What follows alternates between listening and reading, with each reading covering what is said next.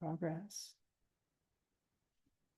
Okay, for the record again, it's 6:08. We're calling the first ever meeting of the Plainfield Housing Advisory Committee to order.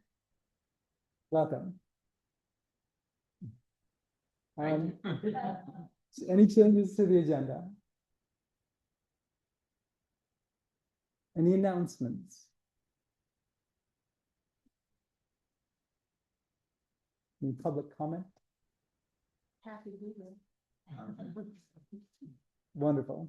Another reminder, announcements to speak up. We're with less technology, so we need to support the technology we do have with a strong, clear voice whenever possible. Thank you. Item 1 basically is check-ins go around, personal goals, deeper introductions. The time is tight. We have 9 of us on the board, plus Peter and I as co-facilitators tonight.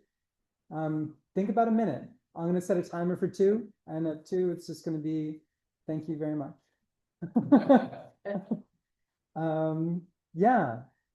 Yeah, name personal goals for being here, and anything you want to share with relevance to the work at hand.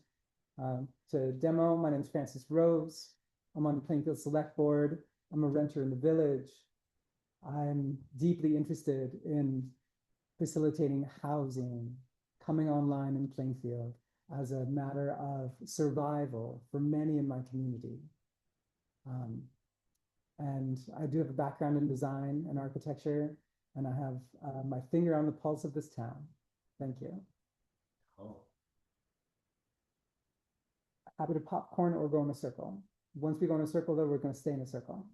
You want to go next? Yeah, hi.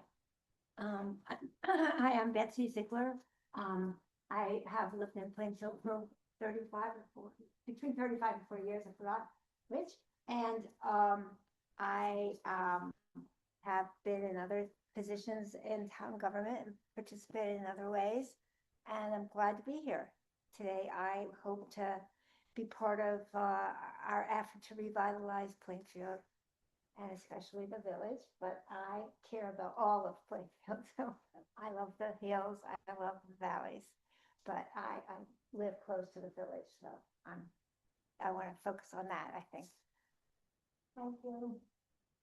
Hi, my name is Graham Keegan. I am both a renter and homeowner in the Plainfield Village. I'm currently renovating a property on Cleanery Street, and I mean, as you can understand from just being involved with that project, housing in Plainfield, especially in the village, is a high concern for me.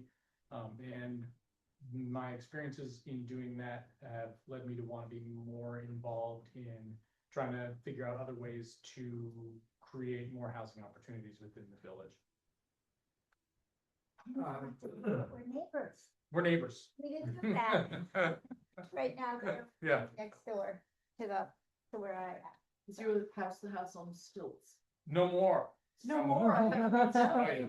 Take a drive by. Okay. Formerly on stilts. David Sheckman, lived in Plainfield a long time, 50 years or so. And I was retired mostly. It's a carpenter, builder, contractor, woodworker. I live at the New Hamburgers, the town's only PUD, and I think called common interest community is what we call it now. I've been on the board of the Community Land Trust in the early days for a pretty long time, 5 or 6 years. And I worked on the Habitat Board, the building committee for 3 or 4 years in the first days of the Central Vermont Habitat. And housing has been what I've done kind of with my life one way or another. So I like to contribute to getting Plainfield straightened out. I'm Chris Gruen. I'm the director of the Creative Campus here at Goddard. And I have been a Plainfield resident at times. I came here in '92, and Goddard and Plainfield were very influential in my reasons for becoming a Vermonter for life. In my role here on campus, I offered my participation in this group mostly in hopes of being a communicator, a communications facilitator between the town and the team here on campus, recognizing that potential housing here on campus will be a big piece of the big picture for Plainfield's recovery and vice versa. The new ownership here on campus is very interested in informing its own thinking by what the town chooses to do and what it needs. So. My name is Liz Bicknell and I live on Middle Road. I've lived there for 7 years, I think now. My wife is the chair of the library board. I was a volunteer last year, well, 24 and early 25, working with Michael Billingsley and FEMA on the individual assistance program, which was about a 6-month effort. And before that, I was on the co-op board where I met and was very impressed with Peter. And I guess if I have a, like personal statement, it would be first do no harm would be my guiding phrase. Vicky McDonald, long-term resident of Plainfield, long-term resident of Plainfield. Just got off the East Village expansion project, learned a lot on it. Had previous appointments, school board, zoning in the past. My passion is the affordable housing, to try to find a solution, not just currently, but where we want Plainfield to be. What's our strategic direction to, and then come back to what do we need. I also, like you said, if there's one thing you want to leave with, I've helped out, always had like a hammer in my hand, helped build my own house and habitat, volunteered and things like that. So I like home maintenance, believe it or not. But I think for me, one of the most important things for me is that the community feels that they're heard, and that they're included, and that they're communicated with effectively along the process, and they become a partner to the solution. That's really important to me. Yes. So, that's it. Peter Youngbear, member of the select board, and I live up on East Hill, about 4 miles up out of the village. Although I have lived in 3 different rental places in the village during my time. I first came to Plainfield in 1969 to be a Goddard student, and my first residence was in the Plainfield Inn. So I'm happy to show you my old room anytime when we talk about renovating down there, as Mike Davidson is. But also lived on Martin Meadow and on the big gray building on Creamery Street. So I have had several different vantage points around town. I do have a theater background. That was like my main interest here at Goddard, but that got me into electrical wiring, including the Hay Barnes lighting system and scenery building and construction. And when theater wasn't paying the bills, I was working construction for many years. So I built and renovated houses around central Vermont. So I have that background too.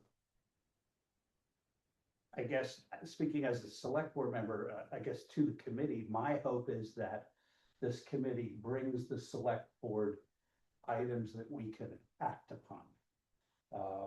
And, you folks are gonna have lots of discussions about priorities and possibilities and this and that. And I know I've spoken to every one of you on the phone at some length, so I'm not gonna repeat that, but any of those things. But there are many fronts that we can address housing. And I don't think we have to save the world.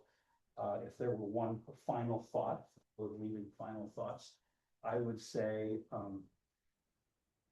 find something that we can accomplish, get it done, celebrate it, and move on. Mm. It will build trust within the group, and it will build confidence out in the community that they can see a tangible result. So I think I used the phrase low hanging fruit when talking to all of you, like, what are some of those possibilities? You know, other things we know take time, years sometimes, and that's fine. That's fine. That's no reason not to do them, start down those paths, but let's try and get something done and celebrate it. Thank you. Thank you all. My name is Lydia Vitale. I live actually right by the health center, and I've lived in Plainfield for over 2.5 years now, but I am a native Vermonter and grew up in central Vermont. And I actually picked Plainfield and Marshfield, or the community, on purpose. I just like this area, and I like a lot of the values of the people that are around. And I myself have been, have experienced the troubles with housing, just all the challenges. I've been trying to buy a house. There are no houses. So I think I bring some experience, just because from that side of it, like trying to actually buy a house. So I'm excited to bring that lens to this committee. I'm also on the cemetery commission in Plainfield. So also if anybody wants anything else to do, join that, because we need people. And my big hope for this is to, community is a big thing for me. And I really want to promote that and help, like a few others have said, like bring the trust back to the community and see what we can actually do to get stuff done. My name is Hazel O'Brien. I'm 18 years old. I work, well, I've lived in Plainfield for the majority of my childhood, different areas that I've rented just recently. My dad became a homeowner a few years ago. I work down at Plainfield Union School as an after-school staff, so I work with elementary kids. Throughout, my teenage years, I tried to be as civically engaged as I could, but this is the first time I've actually done it in any like public official capacity. Going forward, I'm looking to find housing solutions that keep ideally ownership within the community and within the tenants who live in the units that were, also ideally going to get built or constructed. Yeah. So that's all. And I think online we have Will on the committee. I think it's just Will. Yeah, you got me. How's the volume? Is it okay? I'll put it up, but it's No, I can turn it up because I've turned your volume up a little bit. So I just didn't want to come off real loud. My name's Bill Colgan, a longtime resident of Plainfield, 50-year club.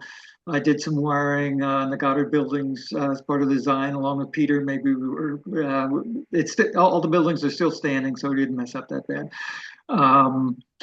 I have a background in logging and in farming, and for a long time I was facilities manager at the New England Culinary Institute.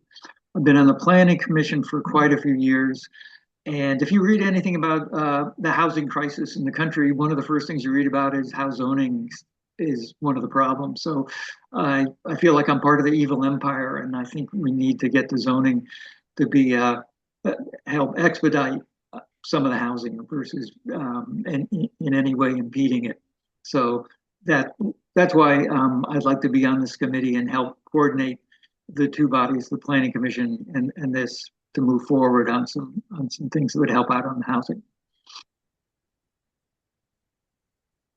And I do want to acknowledge and welcome Lori and Michael, but not take up agenda time with full introductions. Thank you for participating in the public process that this is.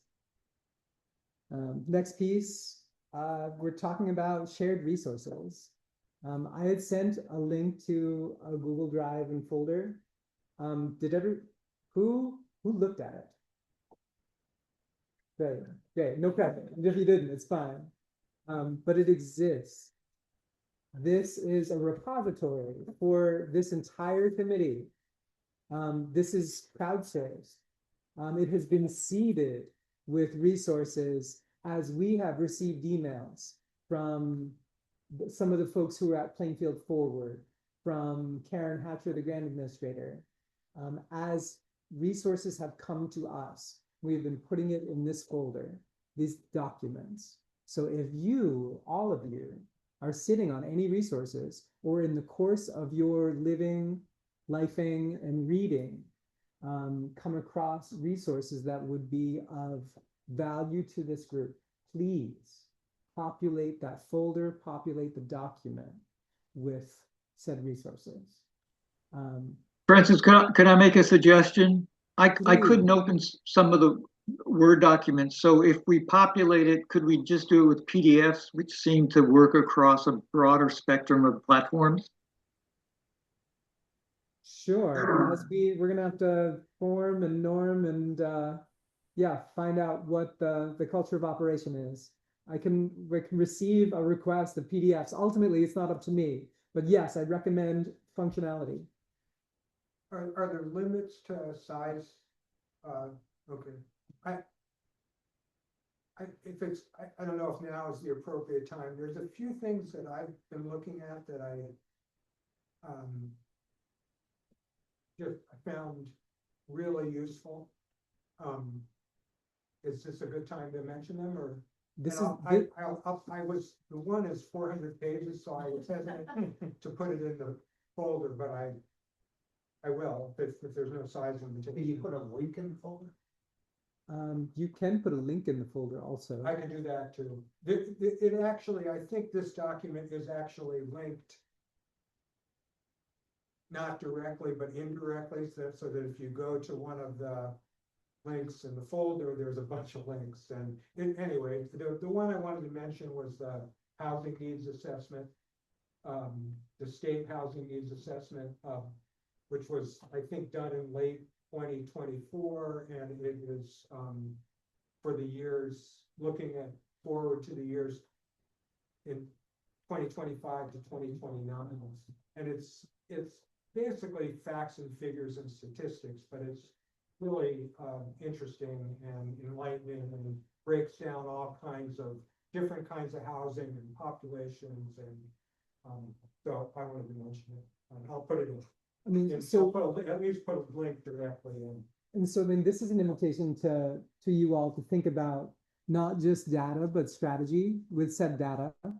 For example, this is not me singling you out. This is you offering a resource that is long. It's 400 pages in length.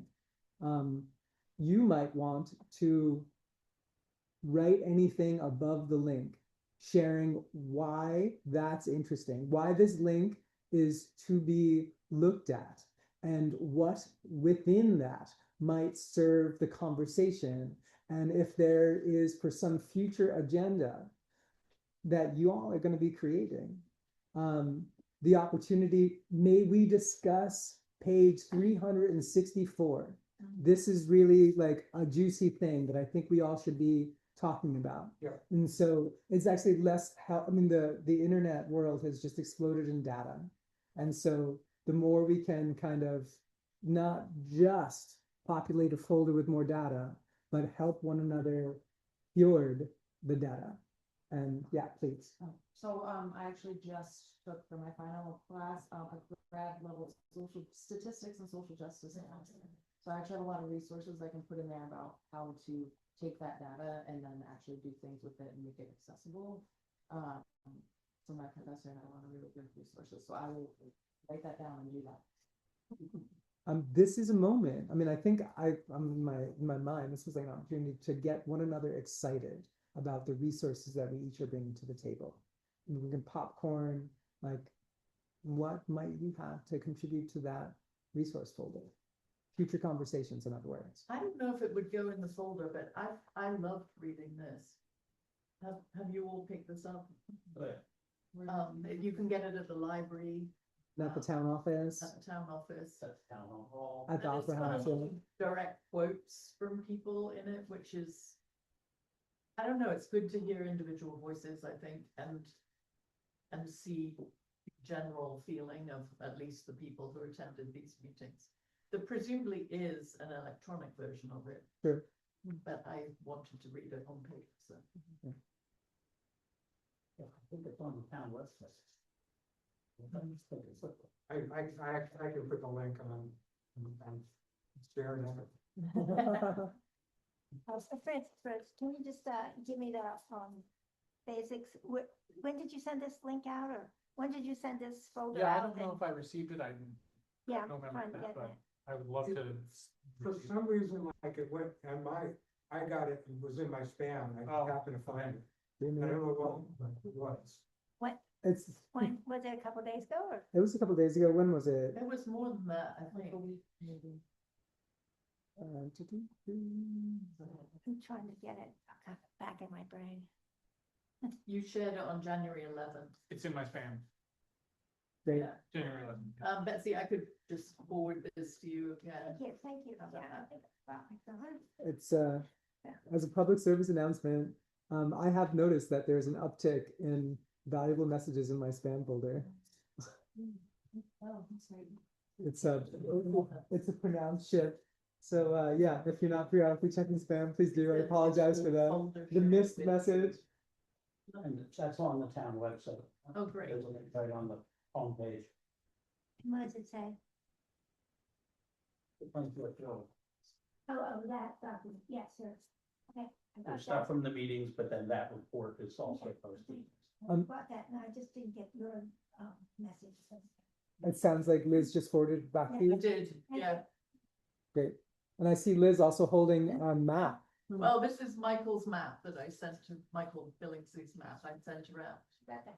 earlier. I mean, we could also put that documents. I will do that. I mean, I hear you on the library board. Is that true? Grace is the chair of the Ah, library. okay. board. Excuse me. But, Anyone with archiving skills, you know, once more and more data gets into this folder, it warrants organizing.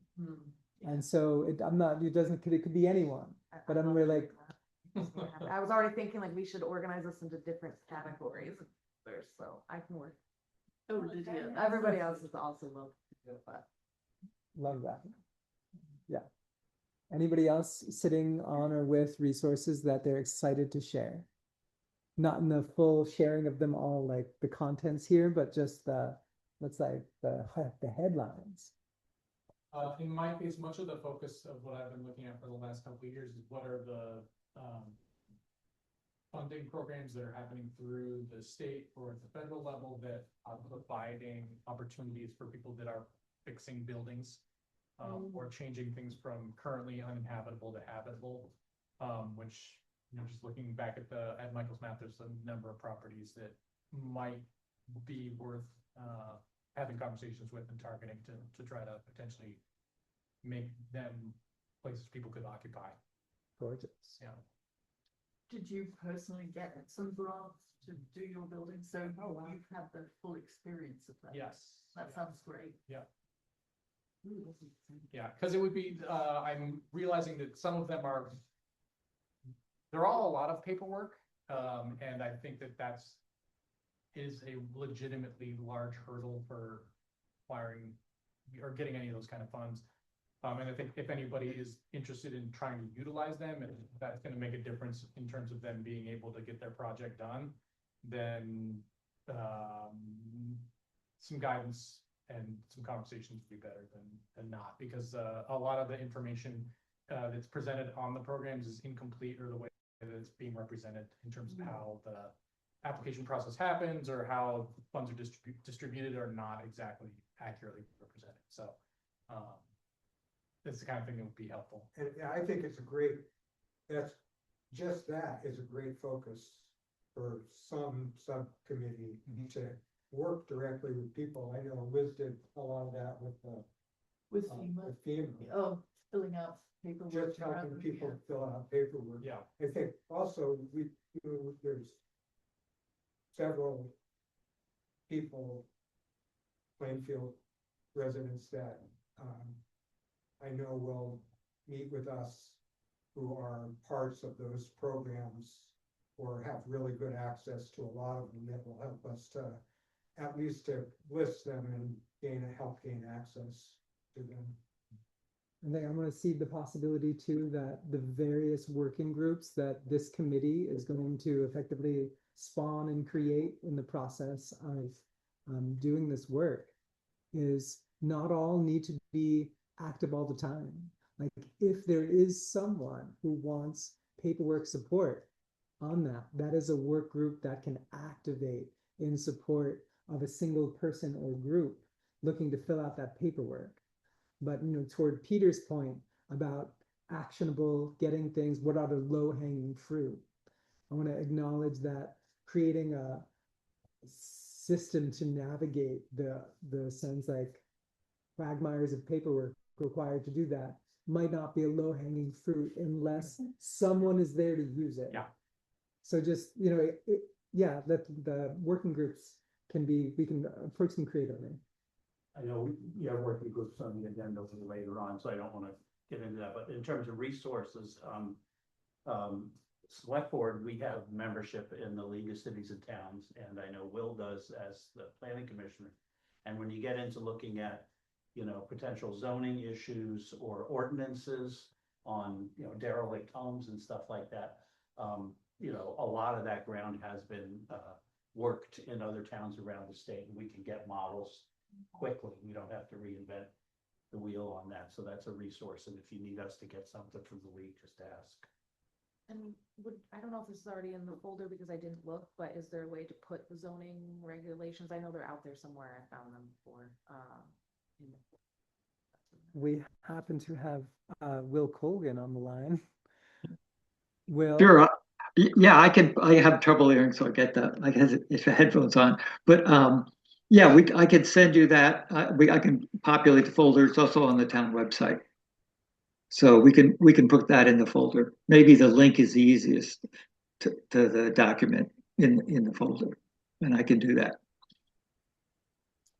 How the folder right now is structured, I believe there's a document for things more like text, more like links, but there's also a folder inside of which can be placed whole digital objects that warrant their own focus.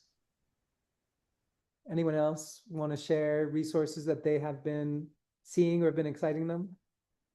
I was gonna say, and we might have other sources, hopefully, but I have a copy of I got a copy of the Brattleboro vacant housing ordinance. So might be good to look at. Maybe we can start thinking about our own vacant housing ordinance and or other ways that we can address vacant housing and in the village. In the longer term category, I've been reading about land banks, of which there was a state study a year or so ago on forming a group. So it basically ended up being a recommendation for forming a state land bank, which is another facility for dealing with derelict properties. Yeah, I'll put that in. It's a, you know, it's a state book. I don't think it could be done on a municipal level, but it's has a lot of promise as far as I can see.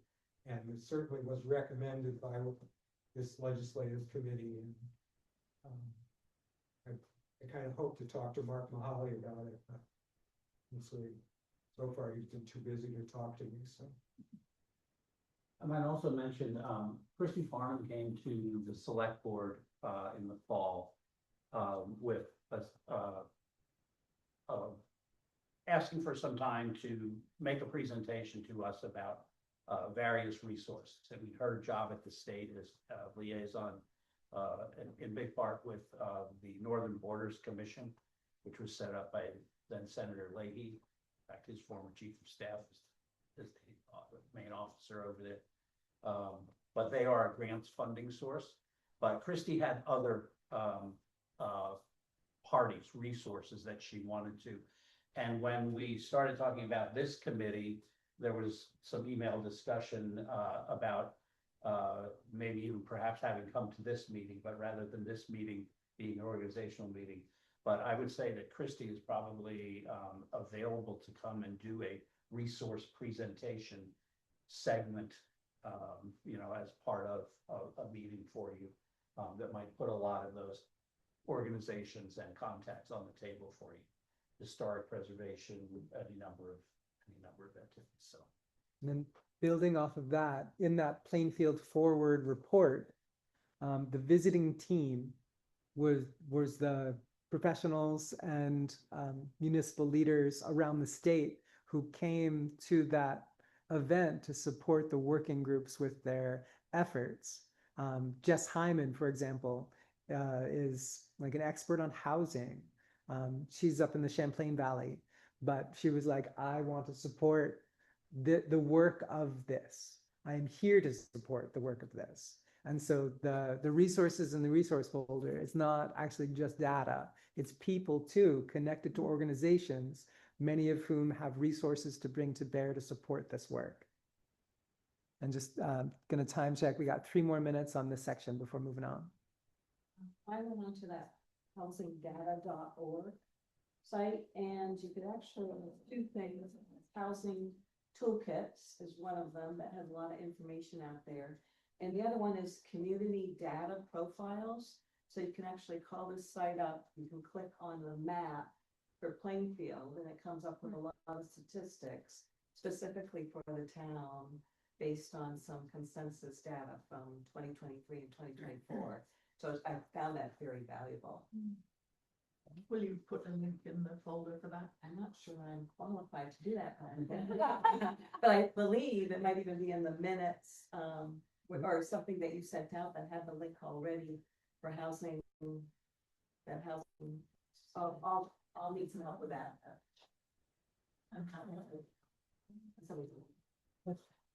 Sorry, we can get it out there somehow. I share the. I'm not, that's not No, me. either. So it would be great to invite Chrissy, I do think, that her group to a soon meeting. Yeah, she's bringing 4 agencies. We have Yeah. effectively representatives from 4 agencies is her goal. So she's planning on. Yeah, yeah. Does someone need to reach out to her I to need organize to it? reach out to her. Oh, great. Yeah, I mean, it all feeds into how is this group going to organize itself? Who Is does, that the next item?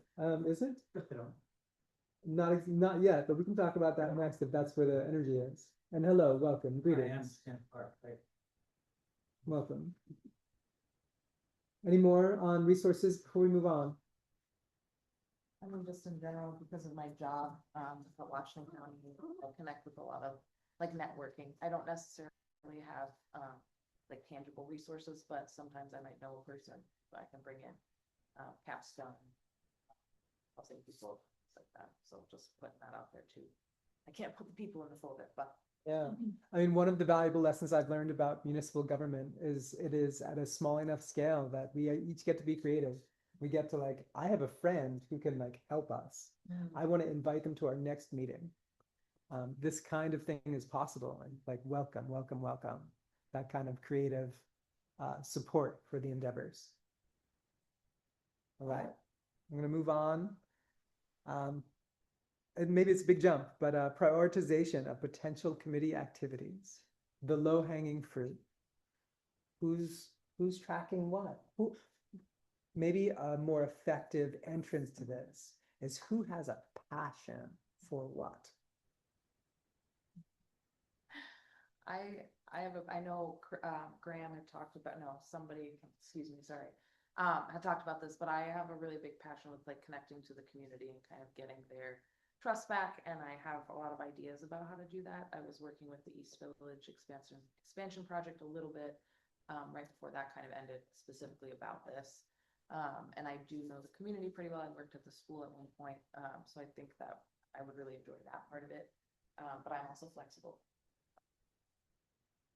I will say that just, it's a kind of a reiteration, but that I will be able to give reports on Plainfield Inn development and things on campus. Development, of course.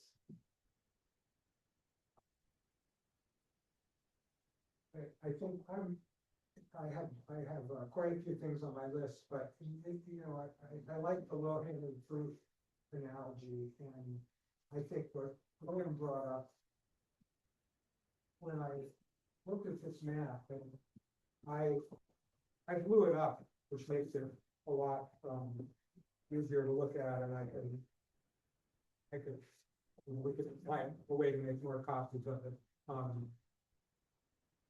There's a lot of properties there that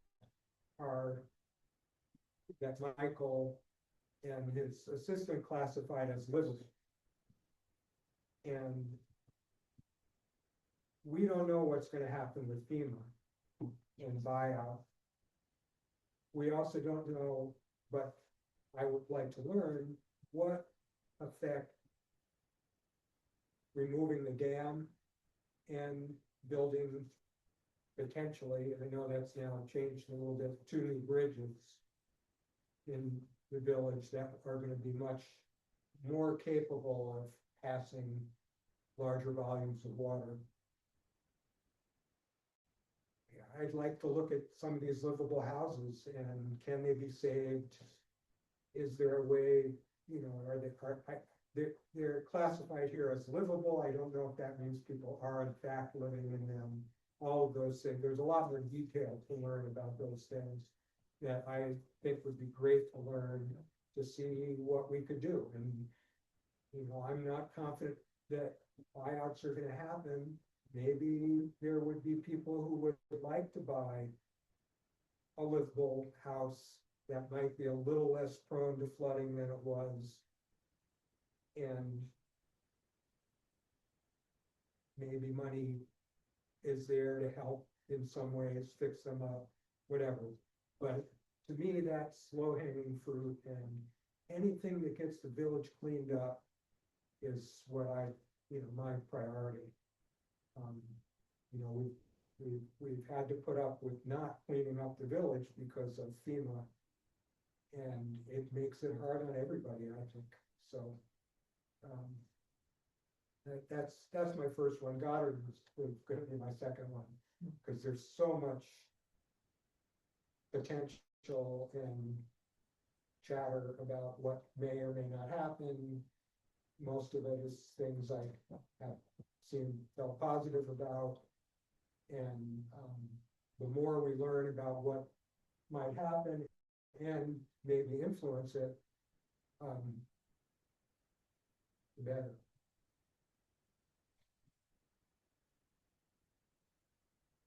I find myself very interested in the houses that may or may not be livable, and you know, even ones like, let's say, Susan Grimaldi's house, which I know really well, just being a friend of hers.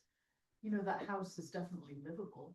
Maybe it would need some attention, but she was living in it until comparatively recently. I also find myself very interested in houses that are for sale in the village and on the periphery of the village, especially ones that seem to have been for sale for a very long time and presumably have some kind of problems that make them not really, you know, like somebody's first pick, but maybe with grants or sources of funding, there could be some kind of cooperative effort to buying those houses and rehabbing those houses and having people buy them, you know, to live in. I have a friend in Montpelier who kind of sort of accidentally got involved with the refugee resettlement program, mostly, I think, Afghani refugees. And she has been sort of asked to property manage a house on behalf of Down Street, I believe, because Down Street don't have the personnel to do it, but they want this house to be fixed up. And so she's somehow general contractor all of a sudden. So it's like, well, there are a lot of possibilities. And we don't want those houses just sitting there being empty and being depressing either. So I guess that's what I'm finding myself interested in. Yeah, I agree a lot with what you've said as far as making the homes livable and see what opportunities are there.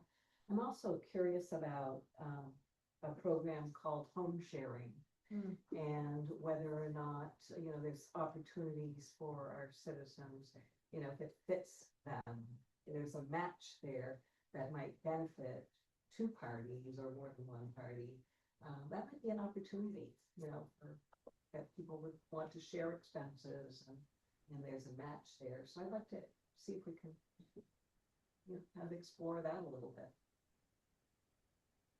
Maybe Well, you want to focus on the village first, because that's certainly my interest too.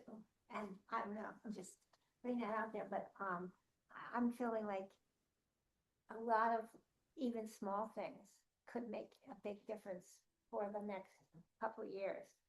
To just have small improvements. I don't know, I just think things that look like, I'm not trying to pick on the cemetery because I know they have limited income, but maybe we can get the fence to stand up.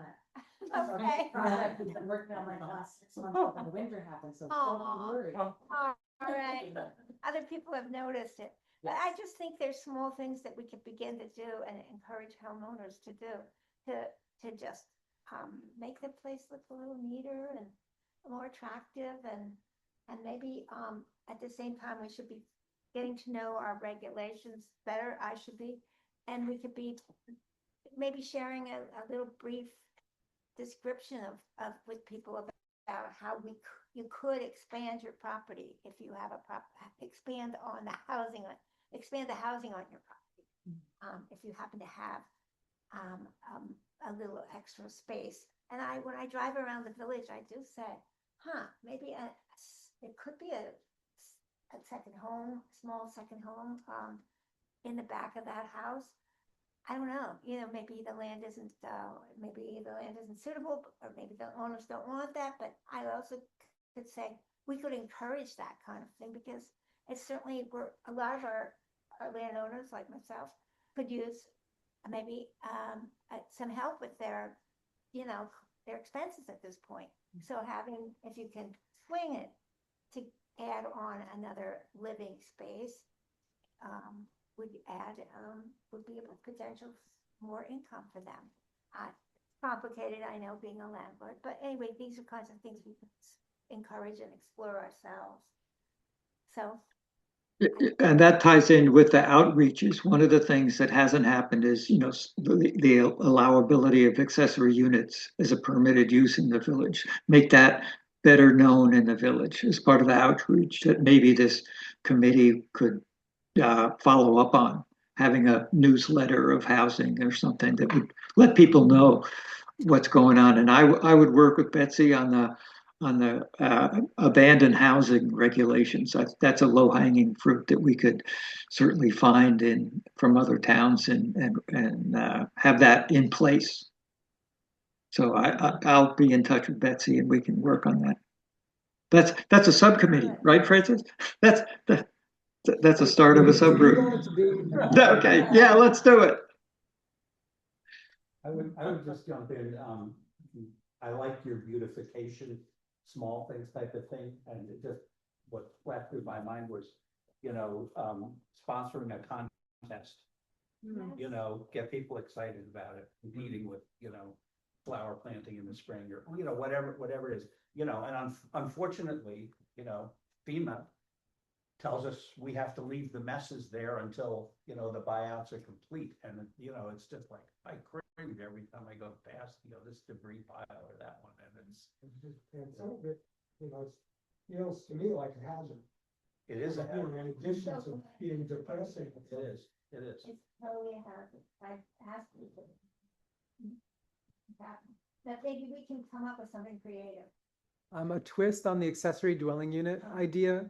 It's just like a tangent off of it. A resource that Carl had sent to us from a friend of his was taking existing housing, instead of like making the tiny house and back, it's, can you carve off a den that's any kind of living space and basically add a kitchen and a bath to any extra room. And so it's way less construction required to bring another unit online. And that seems to be in the same vein as accessory dwelling units. I don't know if it's considered that exactly because it's attached, but nevertheless, it's like this is in that realm of perhaps low-hanging fruit about helping people identify the possibilities. I'm pretty sure, Christie will help us with this and maybe others, but I'm pretty sure there is a state program that helps to provide funding or assistance of some sort for converting houses, single family houses to duplexes. Yeah, And, you know, that to me, you know, I come from a background along with Sam of shared resources. You know, we shared land and we shared homes. We don't do that so much anymore, but, expenses, labor, all of that stuff. And, you know, there's a tradition of two-family homes. There's tons of them in Montpelier. Land Trust owns a bunch of them. Habitat's building them now. And I think that's has a lot of potential. Susan Grimaldi's house evidently was once a triplex, I think, was what I heard. Maybe it was only a duplex. Certainly big enough. And, you know, the Melchor house that's for sale, you know, it's huge. Which And, one's that? as you go up Berry Hill, it's Oh. have the big yard in front. Yeah, that has 19 acres. It has 19 acres. It drops off in the back, so it's the kind of thing, if in my background and way of thinking, you know, 2 or 3 families could buy it. That cost becomes reasonable, and you could develop the land in front of it because there's 19 acres. It's right on the line of the village. I don't believe it's on the village. It's not the village. Sewer system. So that becomes a stumbling block, but It isn't, but it is in the village zoning. Because Yes. it got extended up Oh, really? past the But junction it's of in the- Middle Road, Lower Road. it's an area of 2 acres only. No, or 2.5 acres, Willwood now, Oh, no. because You know, I look at that too, because on the left, as you're looking at it, they have a bunch of very old garages or like 3 in a row or something. It's like, you could take that down and build something else there. I've Or do you heard, think it's too steep at the back? I've heard that it's too close to the slope I mean, to renovate. Um, But it's an before example. before we dive too deep into Yeah, sorry. like the hyper details, yeah, thank you. Yes, that garage is literally hanging over the canyon, by the way. Is it? I've never seen it from the other side. But yeah, welcoming, yeah, more ideas, more passions like this. Maybe align like the prioritizations with where the energy already is. And I'm thinking too, listening to everybody talk more like local resources, or if we're not eventually gonna be waiting for the FEMA buyouts and we try to get creative with what we have, can we reclaim those houses that aren't livable, that we have to tear down, reclaim those resources, use them to help people build on current houses? Cause that's something that I think that people don't think about enough, is like they might need to be ripped down, but all of the materials or many of the materials might still be usable. There are rules to that. We have Yeah. looked into it. Okay. There are other people excited about it. I think Okay. it's an awesome idea. I am passionate about it also. There used to be a terrific program where a crew from a crew in training from Burlington would come and take apart buildings, salvage what was salvageable. The owners would get tax credits for it. You know, it was, we used it several times. It was great, but I guess went by the wayside. Well, it's interesting. I mean, there are rules and there are FEMA rules on this, and the thing with the buyouts is that the state of Vermont is going to, once buyouts go through, pay for all of the destruction and removal of the property. So there's no expense going to come to the town when that happens. The question is, what are they going to do? Is it possible that we can talk to them, since they're not doing this, and say, what are you guys gonna do? Are you gonna salvage any of this stuff? You know, whatever. I don't think we're gonna be able to get like an additional tax break on top of the FEMA benefit to that owner. But those materials might be able to be reused, and, you know, like, do they have to use a particular contractor, and if so, they're already under contract. are they already, the Yes. demolition contractors are already under Yeah, contract? they're already. Okay. And that precludes moving them. Yes, they must be raised, R-A-Z-E-D. I- Those are the FEMA rules.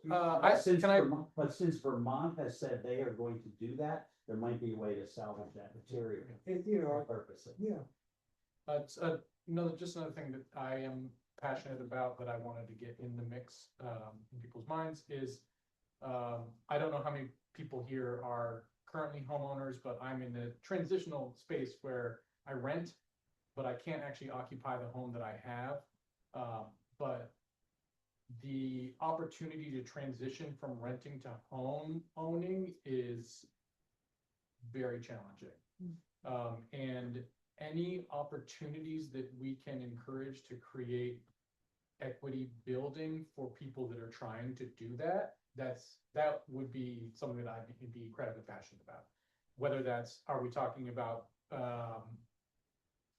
ways of working with zoning or whatever to create opportunities for, if it's, I don't know if it would be called condoization, or, you know, some of the home sharing programs where it's like, okay, you're an older person, you have room in your home, is there a possibility of renovating a portion of your home, but then not renting it, but creating a scenario where the person that's going to be occupying it could actually be building equity within that space, but the person who currently owns the home would still be able to be compensated for that space. You know, I think there's potentially models that we could look at, but I think that we would have to get creative about it, because the hurdle of like regular home ownership of like, I'm just gonna buy a house, is inaccessible Yeah. for most people. I don't know anybody that is trying to make that leap right now that's having an easy time of it. So I think if we can lower the hurdle for entry, I know a lot of people would be willing to compromise on what they want in terms of housing if they knew they were gonna own what they were getting into. So that's something I'm excited about. Yeah, excellent. and I, question. Are, is the FEMA money in doubt? The buyout money? We keep being told no, it's just that the process is moving slow. FEMA buyouts are happening all across the state of Vermont, steadily but slowly.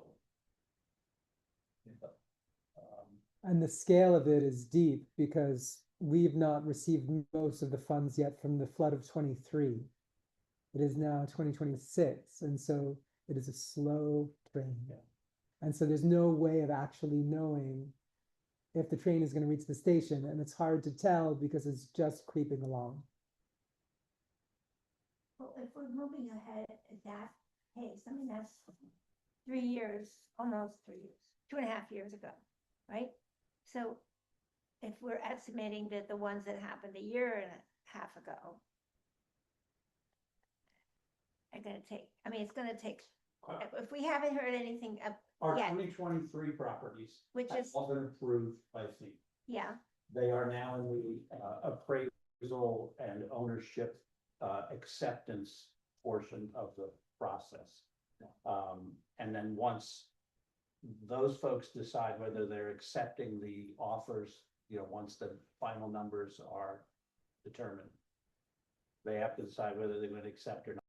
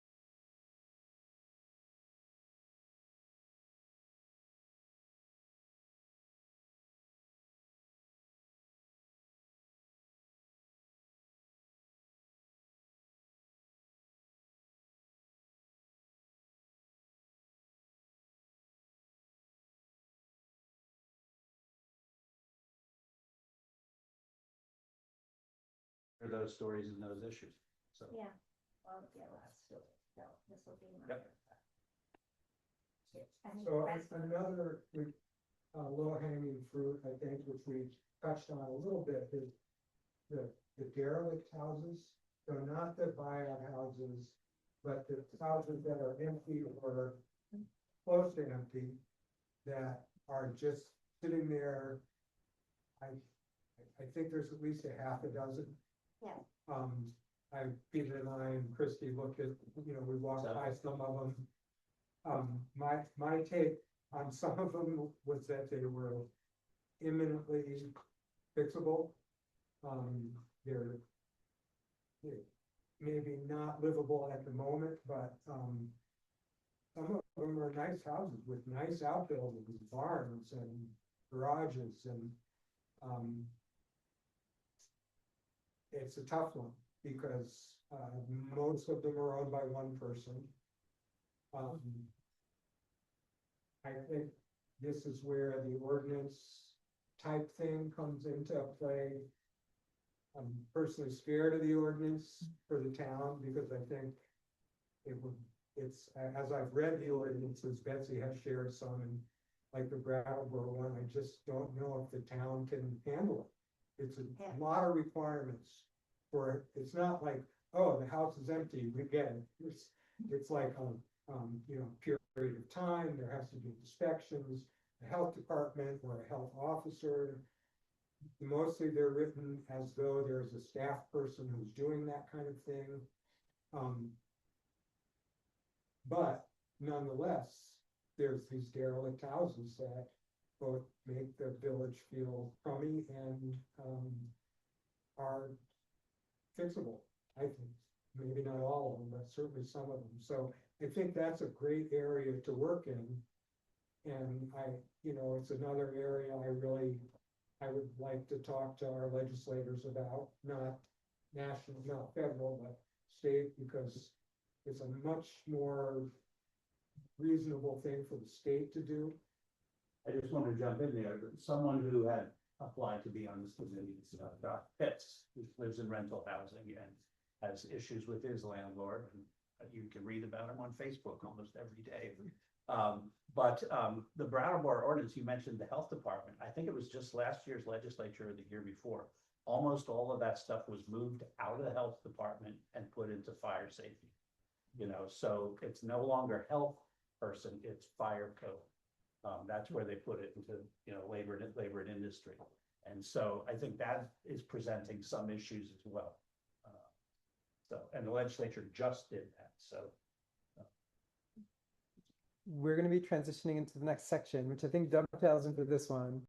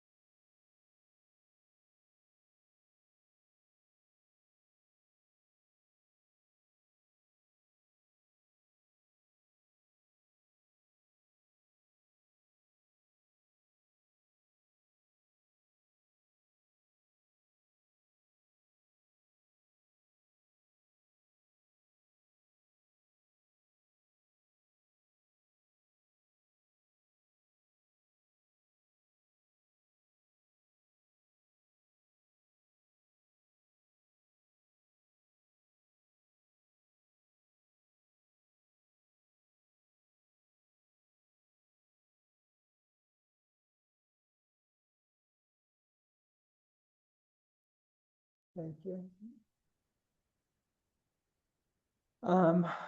Working timeline, goal setting. This is just a moment from here, sitting where we're sitting, to do, it's like a first pass horizon, and then the next horizon, and then the next horizon. Just so we start to feel into what even might we hope to do by when, to offer you. I mean, this is a seed, and from here you grow it. What are the targets? What's reasonable? what's a guiding principle or principles that we can use, y'all can use to move forward together? Oh, you don't get what you don't ask for? Ask everybody for everything. Help us. Sorry, I was just thinking that I don't know how to answer that because I feel we're not organized enough yet. That's just my opinion, like making the working groups and deciding what our big themes are maybe, and then setting goals that way. That's just my thought. Or we can have a couple broader goals. Organizing, that's. Yeah, I think it would be important to know what the working groups are and where we want to focus, and then within the working groups, determine, you know, what activities are important, and then look at a swag or something to see how long it might take for things for quick hits. You know, something that's gonna take longer, 3 to 6 months, whatever. What is a swag?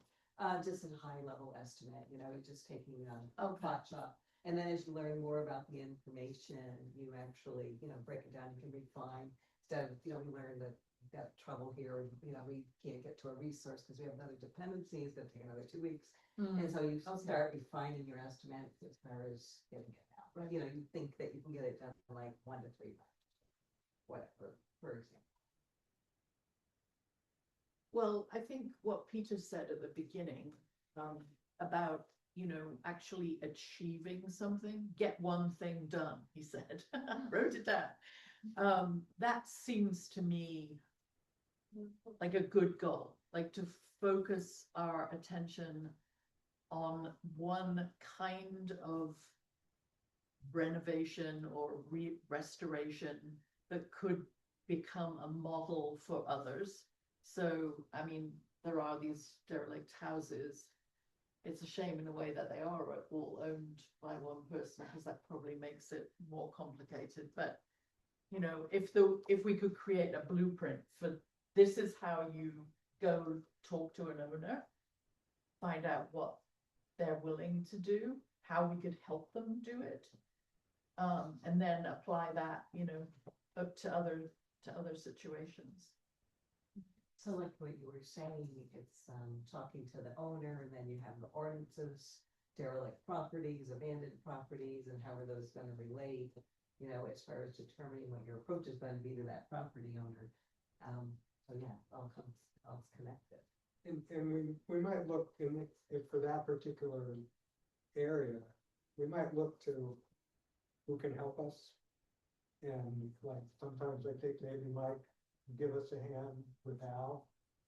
Not to get too into mentioning names, but he has leverage, as I understand it, and at least, and has communicated.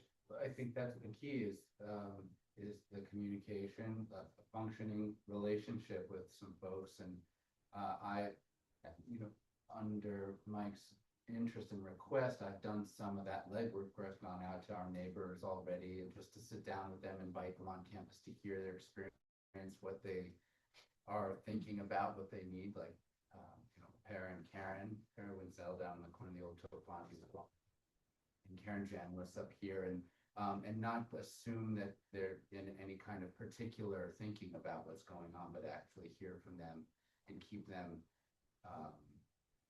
present at the table. And I'm just wondering, you know, what the idea is for this group around the idea of bringing updates to the town in some fashion or another, and create some sort of portal for feedback on ideas. Not give us the direction, but we really want to know how people are feeling and thinking about these ideas that we're developing.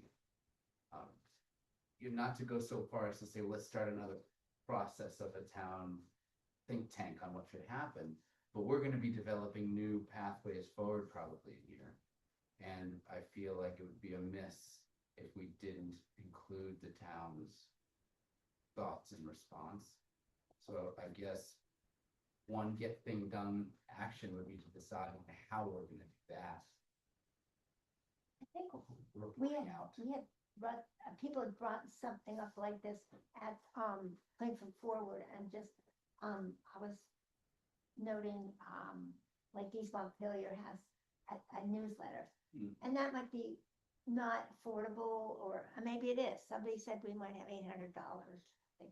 something like a small publication that might have, could have some of these ideas put out in them. We might have to formulate our ideas a little more before we'll publish something, or we could do something like really short and have it ready for town meeting. And send it, have included at the town meeting, or send it out as a whatever, front porch forum thing. Something not too long. But yeah, I think we should get started. As soon as we have something clear enough to say. To offer a timeline, I have one date. It's not a specific date, it's a month. Within the month, there's a date, but I don't know. But there is seed money to this committee to the amount of $4,000 Okay. from the Vermont Council for Rural Development, who hosted Plainfield Forward. Coming out of that, there were two ideas. Resilience Hub got that much, and this group, there was earmarked that, but it needs to be used by March something. Oh, This interesting. is And- 2026? Yes. Wow, What did I say? right? No, you didn't say. Oh, yeah. Yeah, it's coming right up. That's right around the corner. So in terms of timeline and priority, soon might be the time for if there's going to be any paper mail outreach. That sooner is better. Yes, Olivia. I just want to say while we're thinking about how to bring in townspeople, one of the things that I've been super passionate about, and I've seen you post about it on Facebook, is like the accessibility of these kinds of meetings, or whether formal or informal. So as somebody who's a single working parent, it was off. I mean, I had a lot with school, lots of stuff going on overtime, but I think a lot of people at the end of the day on a Wednesday night don't have the capacity. They don't have childcare. They might want to be involved. They might have really interesting, important things to say, but they don't have the resources or the support to come and offer a voice. And I think that's really important to get as many people involved. So maybe thinking about more informal discussions, not necessarily formal meetings where we invite people, and also thinking about the times that we do offer them. Is there a way to do it on weekends or something like that, so it's not as hard for people to attend who have other obligations? I think that's something that's super important, and actually a big barrier for involving as many people as we could in something like this. One way you could do that is just have like a coffee meeting at the Plainfield Co-op on one or two Saturdays a month. So people could show up. It's a community place. There might be other locations, but that could work. Or using some of this money that we have to hire childcare, so people, single parents or people who don't have that support, can come and do things like that. That would need to be a contract, there would need to be a contract into the future. Otherwise, we have childcare until March. So Well, I mean, like, no way. right, I mean, if we're doing like a one-off meeting just to get this started, like an informal, hey, give us your thoughts, so we can take those into account while we decide what our focuses are. Yeah. Even if it is just one meeting and it's 2 hours, and it's not gonna take that whole $4,000, but we could hire people to help that kind of situation. And then like friendly open meeting note, like any kind of satellite meetings that are not officially a committee meeting need to be below quorum, which is to say no more than 4 of you together, without triggering the open meeting law, without making sure there's a Zoom, a recording, meeting minutes, etc. So can I have a follow-up question then? If we wanted all 9 of us to be there, but we wanted it to be more informal, can we do the warned thing and then not have like a rigid agenda, and it's just an open discussion? Yeah. Okay. I was gonna say, for example, Betsy mentioned, town meeting. Town meeting is an opportunity to put something out there where you're gonna have, so it's like you have these different working groups. Maybe each working group says, the zoning group says, hey, this is something we'd like to communicate at town meeting. Or the derelict housing folks says, here's something we'd like to communicate. And you put that together and say, okay, here's our bulletin that we're gonna have out there. And there's a deadline, and it's like, okay, if Francis Rose says you've got to spend the 4,000 by, I don't know what the date is. March something. March something or other. It's like, all right, what makes sense from each of these areas of interest, and each subgroup can feed that into the larger group.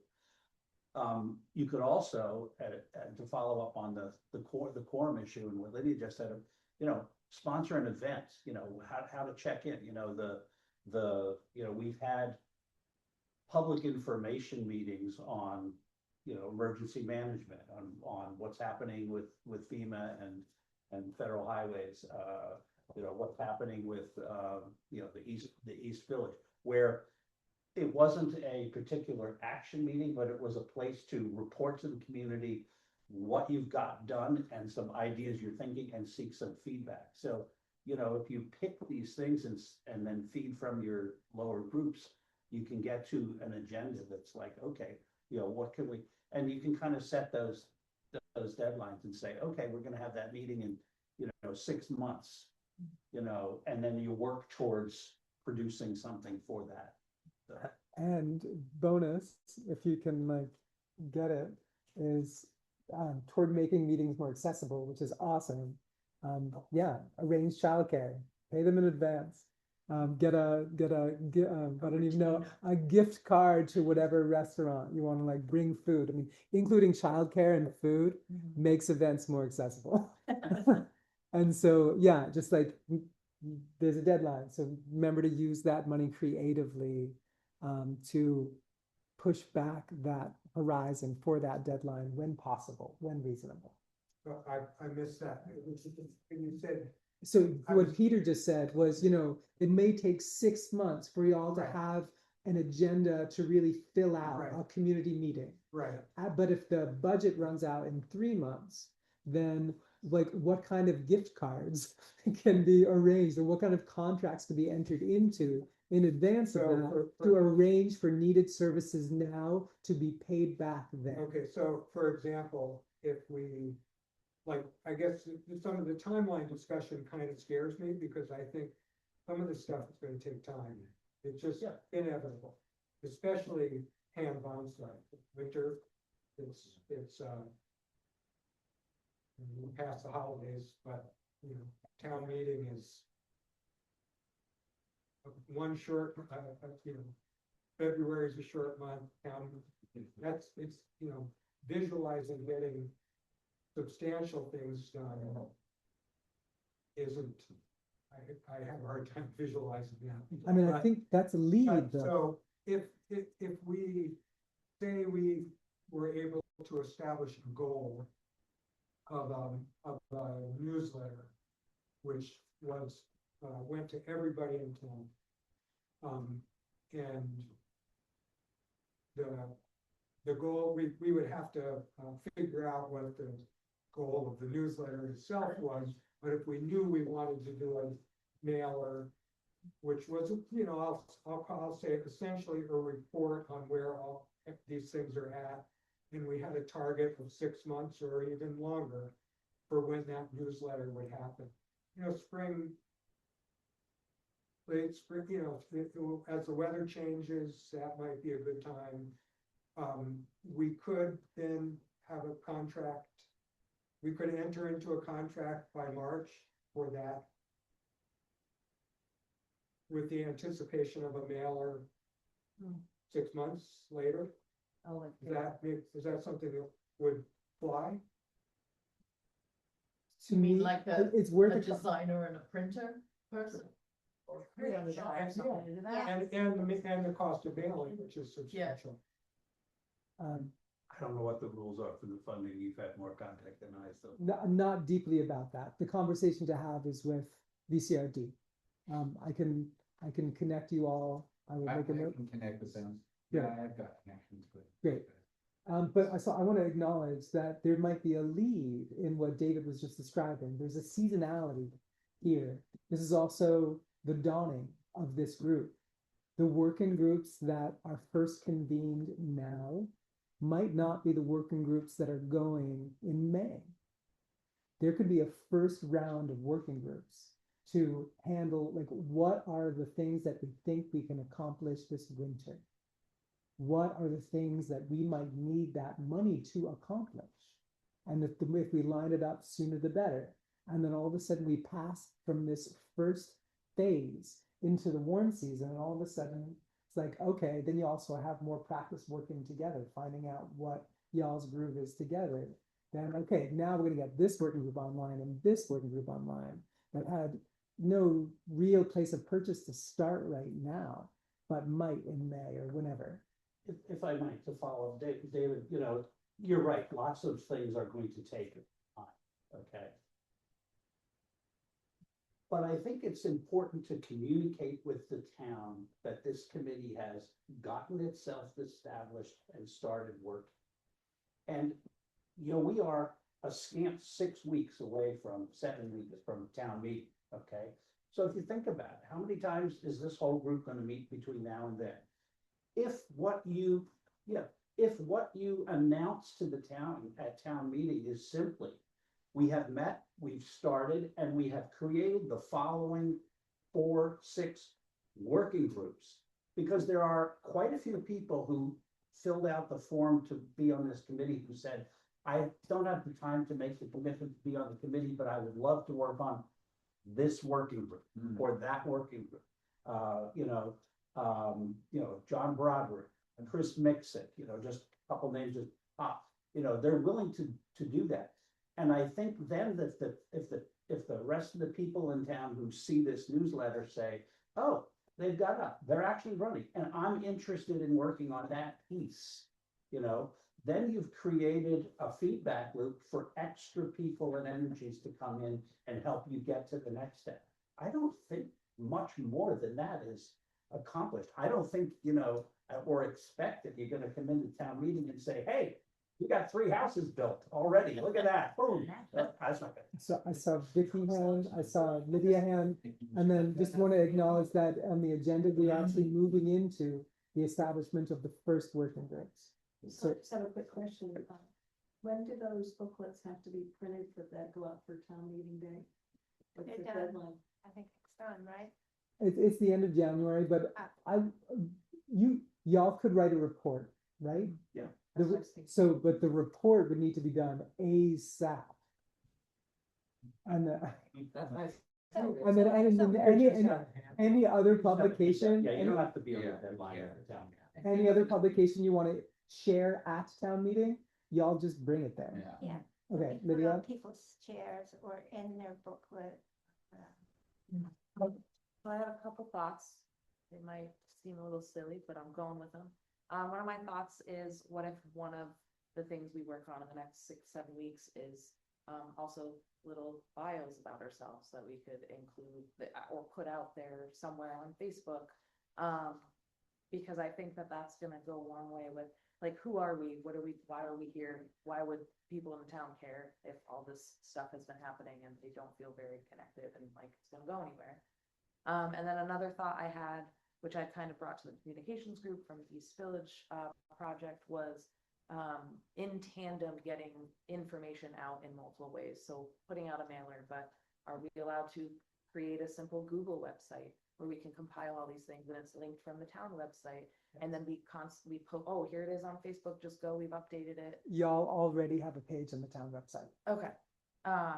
Then Oh, and then your contact there is Bob Fancher.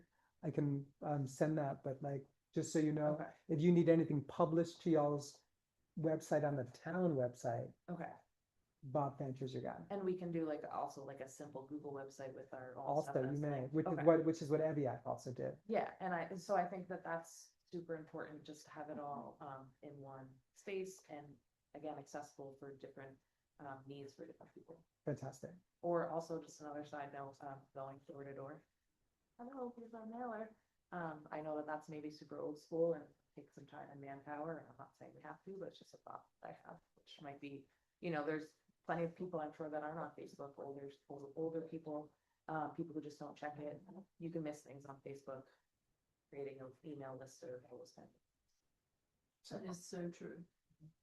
Just representing that the agenda has transitioned now to what are these first working groups that are to be convened. What are those low-hanging fruit in the nearest term? Well, I volunteered with Betsy to be the ordinance for the abandoned houses. We could have that as one, abandoned properties work group. Will, I was also thinking, I don't know if it's possible, a brief, whatever, statement about the zoning and how that could impact what we have right now and how could it impact, the possibility Or for she told me, no, she housing told in the me village. at the shower, after the shower. Sure, I could write something up.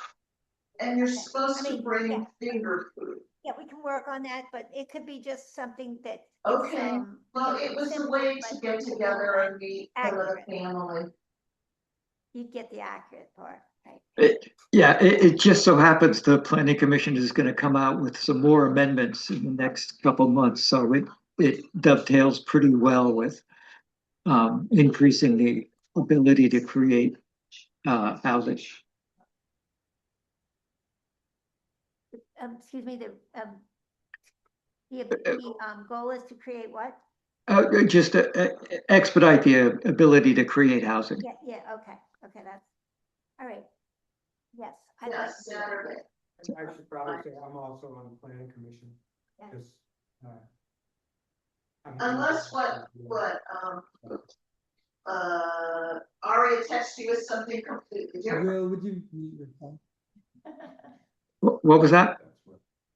There's a lot of background noise and chatter coming through your box, so if you could mute yourself when you're not speaking, but if you have more to say, please, say it. But also mute when you're not. Thank you. So I didn't catch what the first group was supposedly gonna be. So this was ordinances on abandoned Yeah. properties. Meanwhile, I also heard mailer. And is the mailer the same thing as a newsletter? I'm not sure. I think that we should just put that in one group, yeah. One group to think about communication and mailers and. Right, so we have communications, ordinances, and then. And so communications would also maybe include talk of website, because that's, Yes, and this is not like stipulating that where there will be a website, simply that the communications group is going to get together and determine what of the following strategies which have been discussed tonight are going to be moved forward: newsletter, mailer, website, etc. Can I propose one called community? what was that? Community. Very broad, it could be whatever. Yeah. Outreach, networking, resources even. So, Oh, okay. I was going off that. I mean, I really like it was mentioned earlier, like house sharing and cooperative ownership of units. Of course, we'd have to identify where those units are, whether they're plots that are right now absent of housing, or if it's tracts that have derelict housing on them right now. But I think that if we could reach out to renters in central Vermont, or people who lost their homes in the floods in Plainfield, are in kind of like a limbo in where they're with their living situations right now. I think having some sort of reach out for that would be great, and I think it would give a lot of people the opportunity to experience home ownership who haven't, because of the cost and accessibility of it. I'd be interested in being in that group because, first of all, I was in touch with many of the people whose homes were damaged when I was the FEMA liaison. And second, I bought and sold a lot of houses. So I know banks. So I feel like I could be helpful there. I'm struggling with the scope of what subcommittee or a working committee should, how broad the scope should be, so that. Think about it as winter goals. So I would like to enumerate the derelict houses, names, addresses, condition, owners. I'd like to do the same for the houses that on Michael's map that are considered livable, even though, they may be tied up with FEMA, but I still think there's something to learn there. Especially since we know FEMA is going to be a long time at best for the lower village. And I'd also like to look at what are the possible low-hanging fruit sites that could be built on. We've talked about some of them, almost all of them have need to be vetted carefully and maybe have issues, but the town owns property. I think if we can find town-owned property that can be developed, maybe by Habitat, maybe by downstream, it's like, if we can make it work, it's it's like, there's low-hanging fruit. We don't have to do anything. So I'm hearing mapping, a census of housing. This is a working group proposal. Yeah. Maybe. I didn't hear that, I was Sam, going to say inventory would be the way. which is connected, I Yeah, think, to that's- yeah, what Dave is talking about. I think Plainfield is unique in that it's quite a knowable quantity of properties. It's not as though we're in a space where there's an infinitely large pool of And properties this we is- can, Very useful. document. yeah, so there's a way to actually be able to go property by property and identify whether it's a property that we would wanna be doing outreach to from the point of view of perhaps soliciting somebody to participate in home share, somebody who might be interested in developing, somebody who might be interested in turning a derelict property into something else. So I think that, I don't know if that would be part of the committee that you're talking about, but basically identifying the different tracks of how we would be doing outreach, and the sort of different scopes of where we're imagining working with the housing that exists. So I know that that's, you were speaking specifically about derelict, but I think there's other. Yeah, I mean, that's why I said I was struggling with the scope. I'm not sure, but I think it could be all lumped together. Derelict, distress. Yeah. We'll call the. I think in any event, the census would be, I think, Yeah. the inventory. priority, yeah, the inventory. Yeah, and census. property too. Yeah, There's right. there's two kinds of properties. There's town properties, and then there's the properties that, boy, you could put an ADU behind that house. Sure. And the people living there wouldn't even know. There's a whole corridor, behind the bookshop. It goes back, it's like, if homeowners were willing, there would be possibilities for ADUs or subdivisions, or to subdivide lots, that could be helpful for everybody. Yeah, when I was in the application process for this, I talked to Peter on the phone, kind of about, there's a lot of areas up kind of in the hills there, and I know that some people want to focus on the village, but up in the hills, just as something to add, there's a lot of like empty fields, and I was wondering how much of those could be developed as well. I know you said there's zoning restrictions to that, but to what extent could we like? Yeah, and we'll talk about this, and maybe David knows, but I'm pulling from my head, but Plainfield, when you're out rural residential, it's 5 acre minimum. Most of the towns around us are 2 and 2.5. Yeah. Can we request a report from the zoning to get clarity on that for the town? You catch that, Will? It's all, it's in the zone, it's all It's all there. in the zone. Yeah. Yeah. But Maybe to clarify. to Hazel's point, the inventory here, I like that broad category because it can include both village and town, private and town, municipal owned. It can include derelict or distressed, if you will. It could also include houses where they're large and have the potential for the infitting of, creating extra units. And if that inventory's work, that inventory committee's work, once that data is there and known, you can look at it and say, oh, here's the universe of numbers that the zoning folks need to look at. Here's the universe of numbers that the home share funding source people need to look at for, but you need that data, and I think that's a good priority. I'd like to be on your group. So, okay, so that we have come to this. I'd love to get a census of the room. Who's interested in which group? Right now we have 5 working groups that have been proposed here to see who wants to be on each, and are we overcommitting? Are we undercommitting? You read all Yeah. 5. Yeah, exactly. So I'm gonna read each one. Raise your hand, and I'm gonna just note your initials.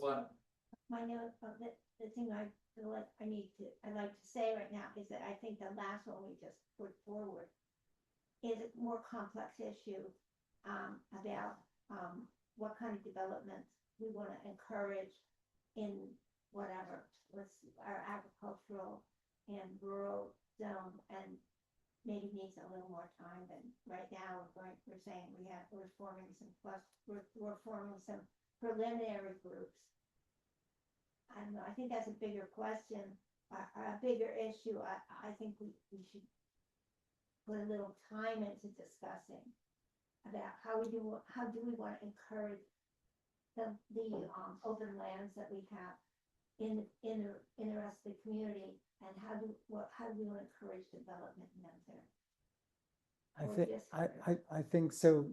The mapping and inventory group is the one who would identify parcels. You can identify parcels, but you can also say, is this a piece of land we'd like to see covered with 10 houses? Or is this a piece of land we'd like to say saved agriculturally for the future, but maybe cluster housing might be appropriate on the edge That's of it. it? That's it. This working group is looking at identifying parcels, not what to do with them. I just want to be very clear that we're like not there yet. Yeah, and that's I what agree. I'm I agree saying. that we're not there yet. And so I'd love to just take a poll of the room. Who's into what? So I was just hoping I could hear all five before. I'm trying. That's fine. Yeah. I want to address what Betsy said. I think my vision of that, the inventory would be that for now, it would be largely focused on the village district, which is pretty broad. That includes Goddard, but Goddard might be separate, but, and because if we say, oh, anywhere, well, that's all up and down every road. So I would, as someone who's interested in that group, I would want to limit it to the village district, and with the possibility of the broader reaches of the village district, like going up Berry Hill and Mill Chase House and those kinds of things, but that would be me. Thank you.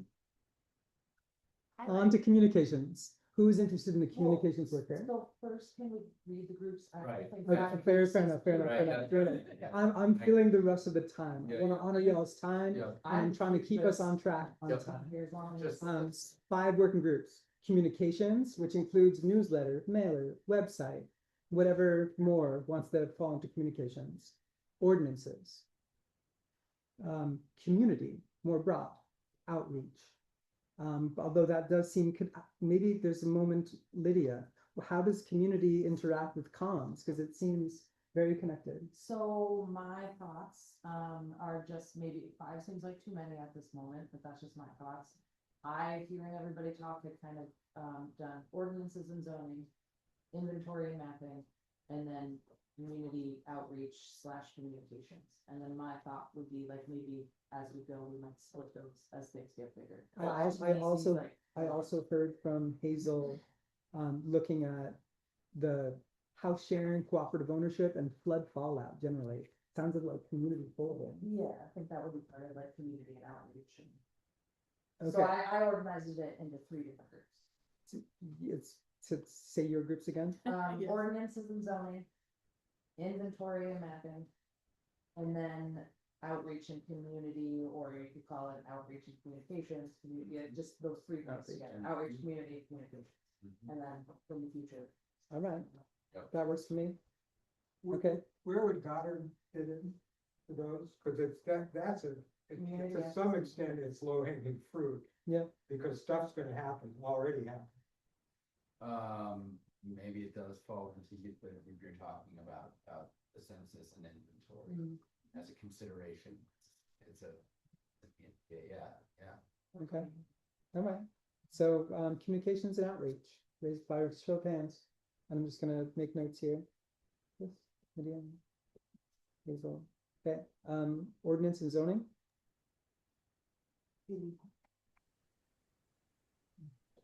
Betsy, David, Well, Vicky. well, Oh, I can't, thank you, I can't see. Will? Yes, let's, we're just gonna, Will, you've been voluntold. Mapping and inventory.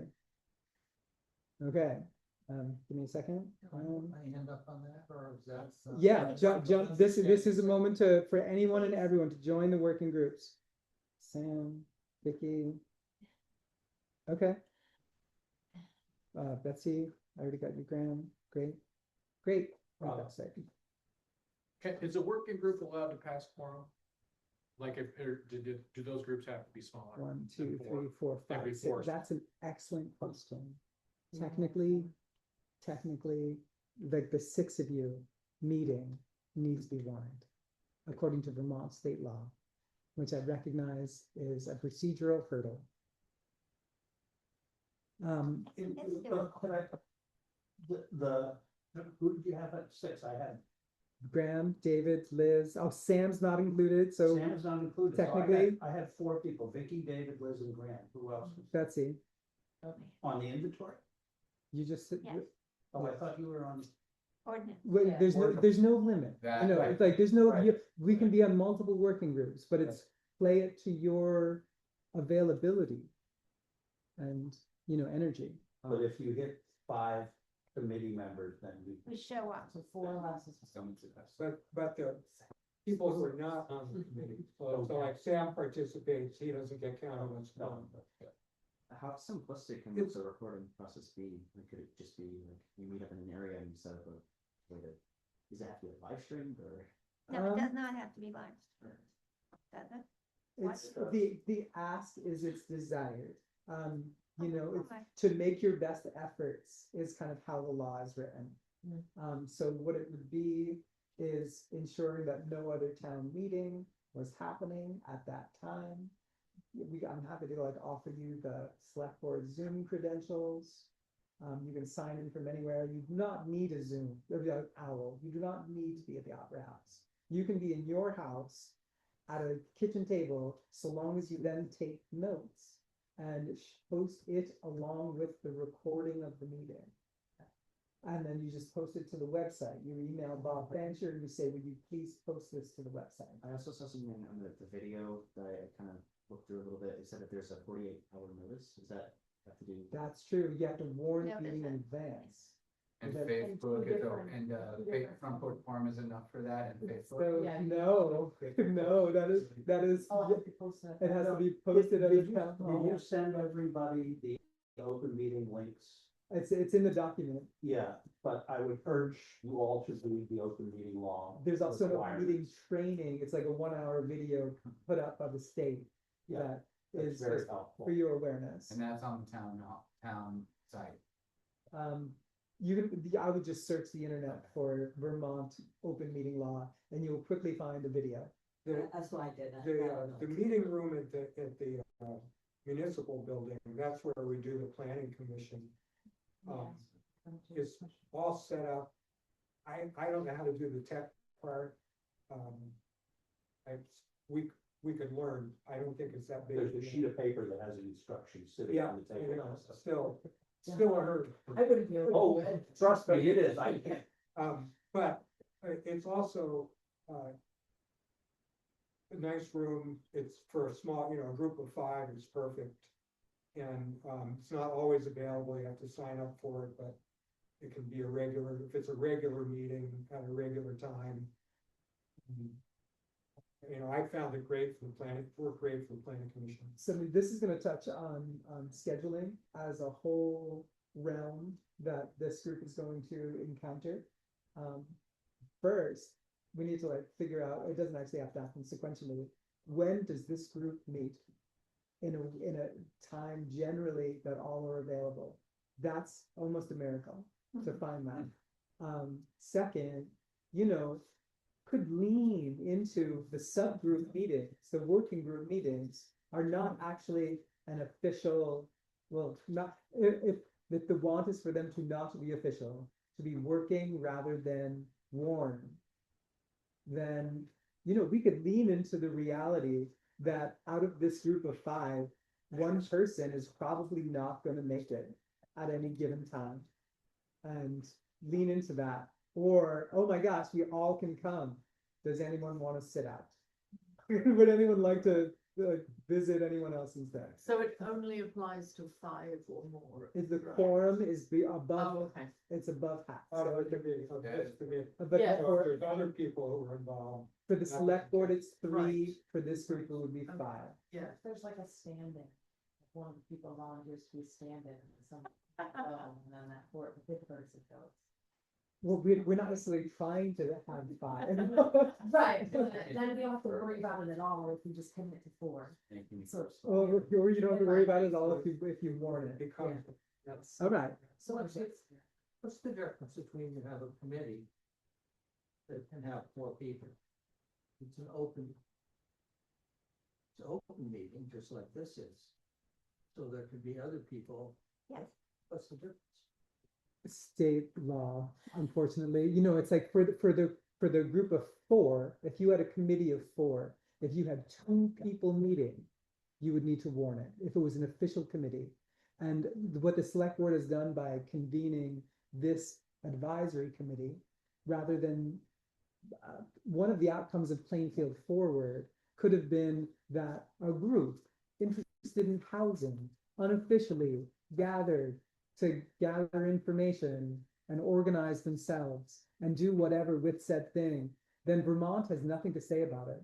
But because the select board wanted to be involved and help guide and shape the journey of this committee so that the advisory body coming back to us was what we wanted to see most. And so therefore, all of a sudden, then it's a committee. And so we don't even call them subcommittees because per open meeting law, subcommittees need to be warned in the same kind of way and recorded in the same kind of way. The difference is the requirements to warn the meeting, to record the meeting, to publish minutes. That's the difference. I don't think it's necessarily a huge deal. Chris, Yeah. do you have a power cord for your computer? Oh, is it it's getting low? It is. Could we talk about, I think I want to talk first about regular meetings, and then we're going to go on to the election of co-chairs. Regular meetings. First, I want to talk about location. Is this the location for regular meetings? Or is it the Opera House? Or is it somewhere else? Same distance from the house, either one, so I don't care. Parking here, That's true. It's good, you mean? it exists. Yeah. I want to say from setting up the tech angle, for me, this has been very challenging. Yeah. People can also park in my parking lot and walk to the office. It's like 4 or 5 buildings away. I live in an old drugstore. So there's different things to consider. Indeed, accessibility. Okay. It means to park. If it's easy, if it's in general easier to get the town office, the town, opera house, I suppose, there then. Sure. I mean, how's the heat there? Ain't that happening? I mean, it doesn't matter. Okay. Whichever Yeah. more convenient for. I like this room and this, it's Yes. enclosed, there's tables and chairs, it's like Yes. organized. It's much warmer than the It's Opera House. much warmer. We're talking about location first for ongoing meetings. And we have other rooms also, this one, were to be a disappointment in whatever state. Yes. I think, This will likely be an easier, more functional setup next time. I don't know why the owl didn't work, but. 2 owls didn't work. I know, weird tech today. So, I guess we don't actually have to decide this right now. And ultimately, the decision is yours. I was just saying, Chris, while you were gone, that the tech side of this has been kind of stressful Yeah. for chairs and facilitators and the group at large. If you can't start on time, then all of a sudden everything just gets pushed back. Well, we've used this setup many times. Tonight, some weird gremlin is in the mix, but we have plenty of owls too. These aren't the only 2, so. I can't promise that this isn't an issue, but I likely can get it figured out to know one way or the other whether it will be easy for us to rely on the tech. And this could be an ongoing So offer. rather than trying to organize this by email, we do like a quick straw poll about who leans toward what spot. There's gonna be there's gonna be 3 spots. One is here, one is the Opera House, one is the town office, and anyone can like write in a 4th option if anybody has a write-in 4th option. Okay, Opera House. Here. Town office. Looks like here. All right. Beautiful. Beautiful. Good luck. Good luck. I think the town office is small. May the gremlins be kept at bay. Okay, timing of said meetings. I have my child 50% of the time.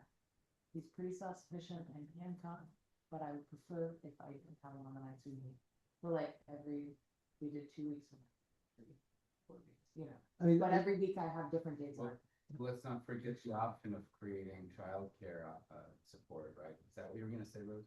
what I was gonna say is we're all here on a Wednesday night. That is information. Yep. I know it was not easy for everyone to be here one Wednesday night, so I don't want to like sentence everyone to Wednesday nights, and it's not my job to. But I just want to acknowledge that I want to like offer Wednesday nights as a possibility. And does anybody have any other possibilities? What do people think about a weekend? I know people don't like to get up the weekend, I see grimacing. but That's hard. thinking about our broader goals, that's, okay, okay, so. Yeah, I wouldn't be able to do it. Yeah. I wouldn't do it. I have a second job. I see, I do my second job here. Uh-huh. I can do every other. But I can also put it to this group. How do you want to decide when to do it? I mean, is evening better for everybody? Mhm. Generally, yeah. So do we like the idea of Wednesday, since we're here, we made it from 6 to 8, on 6, 7, however long. Yeah, And I would it's say like- that Mondays and Fridays are dangerous in general, just because people are away, so.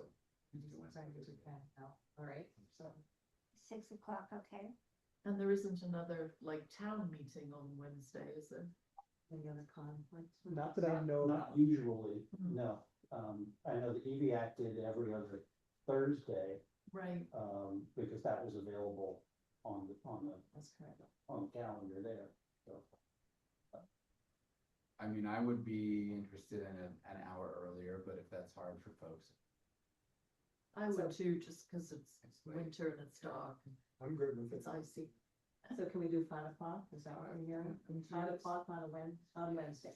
2 weeks from now, the 28th. Is that everybody's good with 5 o'clock Yeah. Wednesdays? Give it a Are try. we good? Good. Okay. Get that? And then do we want to start? Would you want to start out bi-weekly? Every 2 weeks?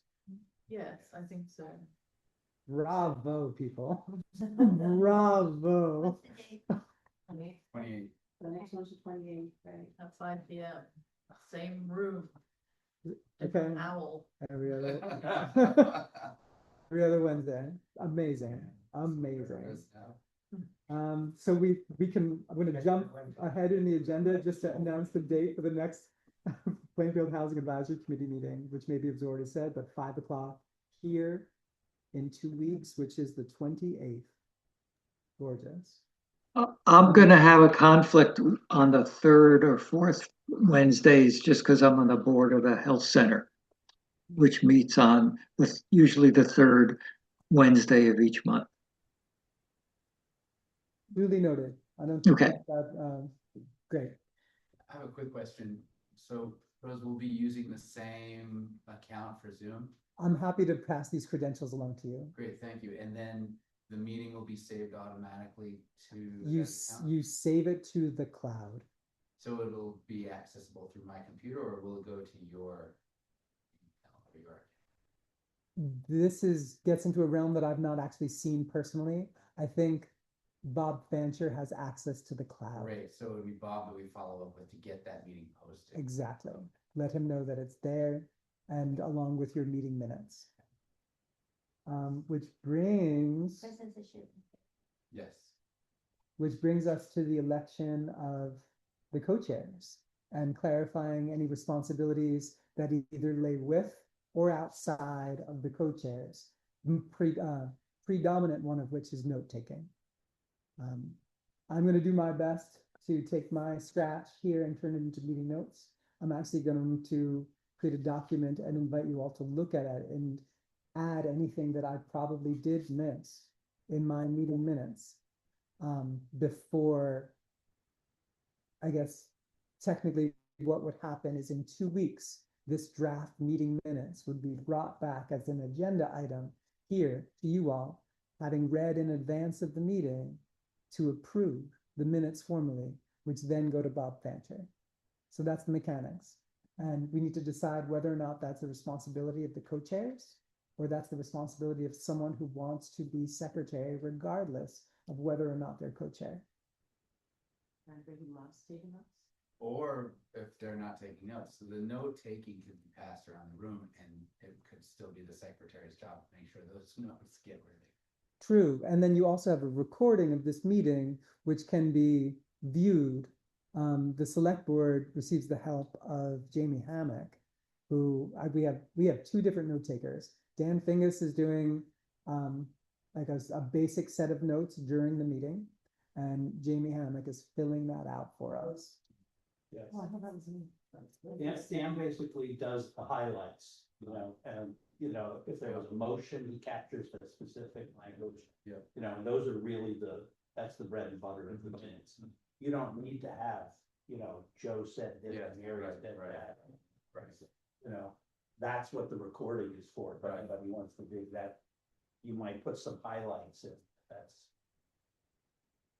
Do we want to come back to secretary after talking about co-chairs, or establish secretary and then go to co-chairs?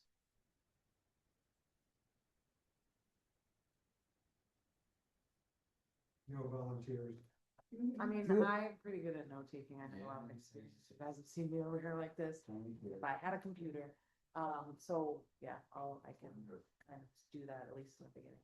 At least in the beginning, and I want to acknowledge that. Thank you. Yes, Thank you. Yeah, And that, appreciate and that. and that, Good job. renegotiation can happen. When does the beginning end? Well, I I'd don't know like to why. say, I'd like co-chair. I don't know how that's gonna go. So Okay, so yeah, that's the next piece. facilitating and note taking is hard. I do know how to do it, and I'm willing to do it.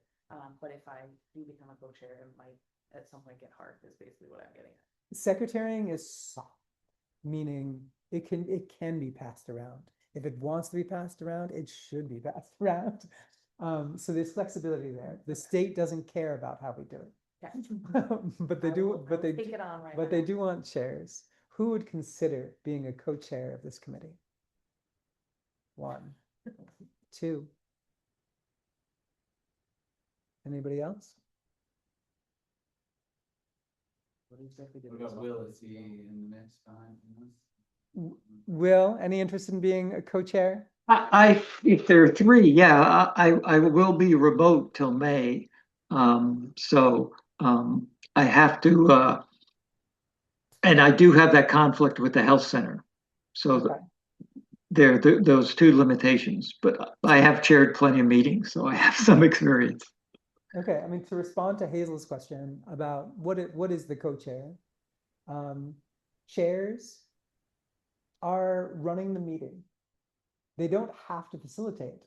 Chair can appoint someone in the room to facilitate a meeting. Meanwhile, it is common for the chairs to facilitate the meetings. We're going with a non-hierarchical chair situation. So like the select board has a chair and a co-chair, a vice chair, not co-chair. And so Carl, who's our chair, has like the first name on many documents. It's like the head. Meanwhile, on all official correspondence, it would be the co-chairs signing their names on whatever the housing committee was up to. Meanwhile, this is an advisory body and not like a law-making body. So there's not going to be too much of that going on. Well, and our select board chair and vice chair are responsible for developing the agenda. Indeed. That's, outside of the meeting time. And so, all of us feed to them either requests for agenda items, or we usually get a draft ahead of time and I have questions often, what is this agenda item, you know? There's like a placeholder language and it's like, where's this coming from, you know? So it's a place to kind of set the agenda prior to the meeting and clarify what it is you're gonna work on with that meeting. And I think that's some important outside of the meeting work that, Indeed. and frankly, I think it's good to have two minds, you know, working on that. Or three, you had three. Yeah, we were technically talking about three, but Yeah, yeah. agenda setting, there's a lot of bottom lining happening. So if the videos and the meeting minutes don't get to the website, nobody's gonna come to the rest of the committee. We're gonna come to the chairs. Why is this not being done? Is one piece of that puzzle. And then one more piece was, Warning the meeting, is that? yeah, that included is the meeting warnings. Yeah. The meeting minutes need to, I would say, you know, in addition to the, you know, understanding Robert's rules, you know, for motions and stuff like that, and creating the agenda and running the meeting. It's desirable to have, you know, leadership qualities of, you know, that are spiritual and inspirational and keeping people on task, you know. Uh-oh. You know, I don't know why I said, uh-oh, I wanna be in that category. I think I might be. No, but just to keep that in mind, you know, like as you put your agenda together, it's like, are we moving things forward? Yes, and I do have experience, just so everybody knows, facilitating large meetings.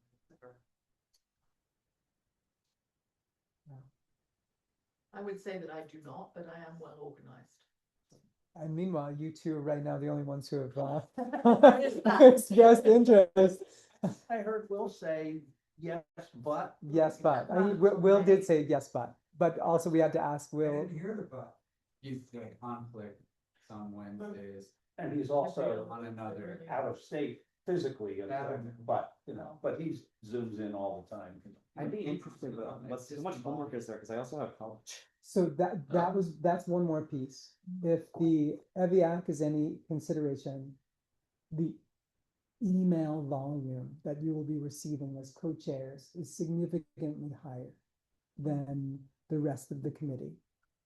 When the select board wanted to reach the East Village Expansion Committee about anything, normally, most often, by far, we would be contacting the co-chairs so that we didn't crowd the inboxes of all of you. So that's just one more consideration. But if you all still are on board, That's okay with me. You know. fantastic. Could be reason to. And Organize. barring no other yeses in the room, One more, just very minor, can we get, the list of people who volunteered but are not on the committee? yeah, absolutely, oh, Yeah. absolutely, So it could be in the minutes or something. absolutely. Let me give myself a note. List other interested parties. Okay. Hearing no others, I would like to call a vote. Or rather, I would make a motion that this group appoints Liz Bicknell, Livia Vitale, and Will Colgan as co-chairs of the Plainfield Housing Advisory Committee. Can I get a second? Second. Could I ask that a committee member make that motion and second, rather than one of us? Sure. I'm less of a parliamentarian than you, by all means. So would you make that motion and ask for a second? Hey, oh, big no. Bicknell. Okay. All right, a motion that Liz Bicknell and Lydia Vitale be the co-chairs, and Will Hogan be the co-chairs of the Housing Committee. Second. For a second. All those in favor? Yeah, take it away, Vicky. All those in favor? Here we go. Aye. Any opposed? Any abstained? Welcome, chairs. And All right, we can leave, they can take over. you know, the next piece on the agenda is adjournment. And so technically, Man. we need to vote on it. Would one of the chairs please call a vote for adjournment? wanted to do? I'd like to call a vote to adjourn this meeting. And wait, is that right? And then, You asked for a motion. oh, I'd like to, move to adjourn this meeting. Can I get a second? Second. This meeting is Okay, adjourned. all those. Oh, all those in favor? Say Aye. aye. Anybody opposed? This meeting is adjourned. Nicely done.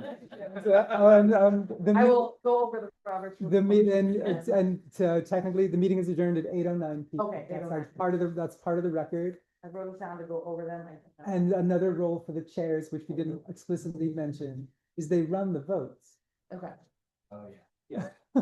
Typically, the chair will make a motion Yes. and call for it. So. Okay.